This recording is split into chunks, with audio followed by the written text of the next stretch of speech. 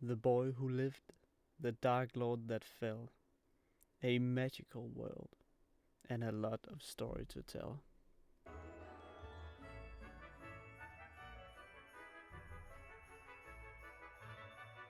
To say that the magical world of Harry Potter is amazing would be the understatement of the year. The combination of the light, the good side, against the dark and evil side is like an aesthetic not seen anywhere else, and also it appeals to the modern world better than you would actually think, because it's so mundane while still being something you have never seen before. Like this family, the Weasley family, living like a normal household, but we know that the world they live in is still very much special. How'd it go? This ability to capture fantasy, normal modern people's deepest fantasies about a magical world that they can escape into, it creates this beautifully manifested narrative where you can see yourself reflected in one character or the other. In most other stories, people will always imagine themselves as the protagonist in the story, the hero, the knight in shining armor that saved the day, but that's not necessary in the Harry Potter universe, because everybody's special.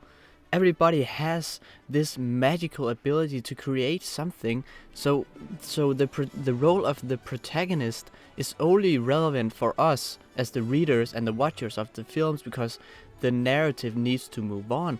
But in reality, we could all just have our own little narratives reflected in the character we see most fit as ourselves. This magical world is filled with so many different branching outs and expansions that it's not even possible to cover in 10 hours of video. There is so much to talk about that when we're finally done, I would have a beard that Dumbledore would be proud of.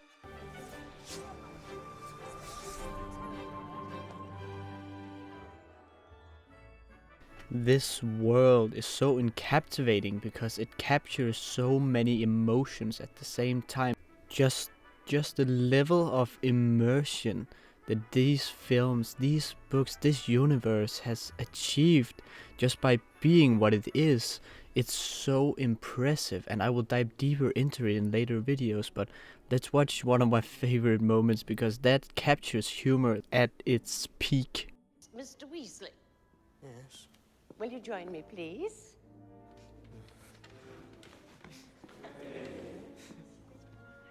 Now, place your right hand on my waist. Where? My waist. And extend your arm. 1, 2, 3. 1, 2, 3. 1, 2, 3. Boys, on your feet!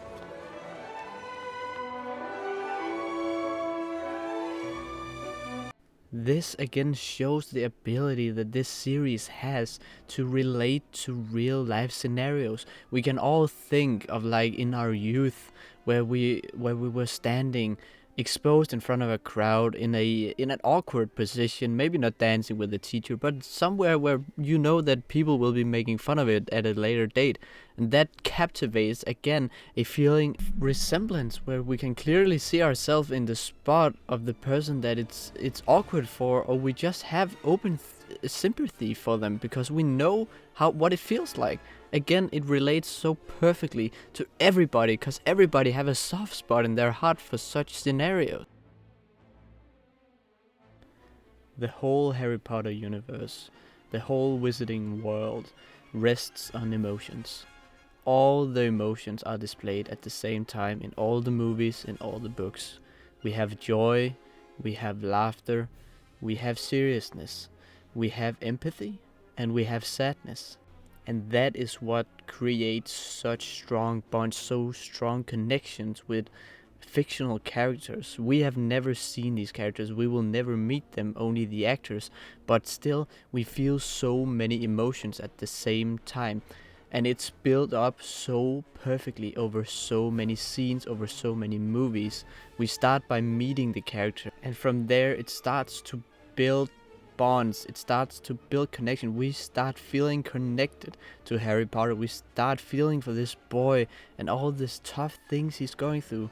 He lost his parents. He is bound to kill another man. He is almost certain that his best friends will die at some point, and that he will be the reason for it. We feel for this character on so many levels.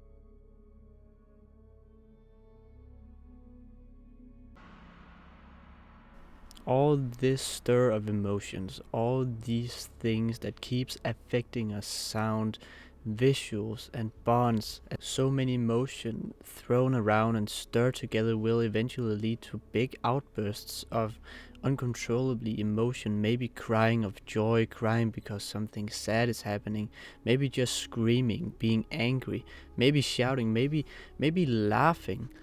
And the films know exactly how to take advantage of our emotions. The more likable a character is, the more likely it is that we're gonna cry a lot when they die, if they die. That's why Harry Potter is so impactful, because those emotional moments are so big that even just a small second of the scene will have me bursting in tears.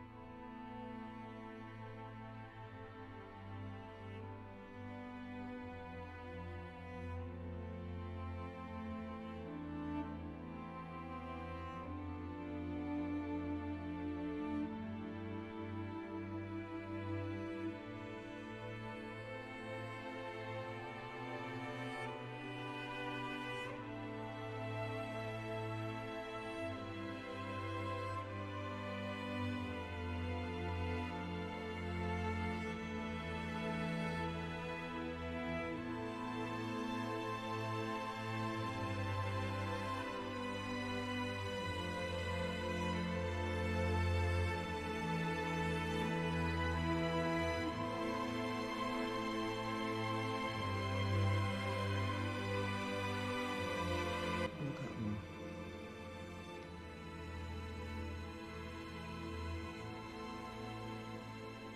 You have your mother's eyes.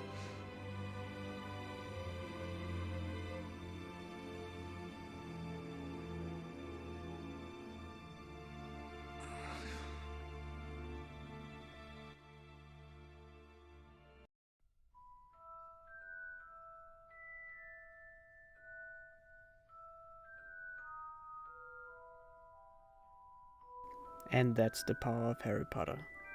We all lift our wands for the boy who lived.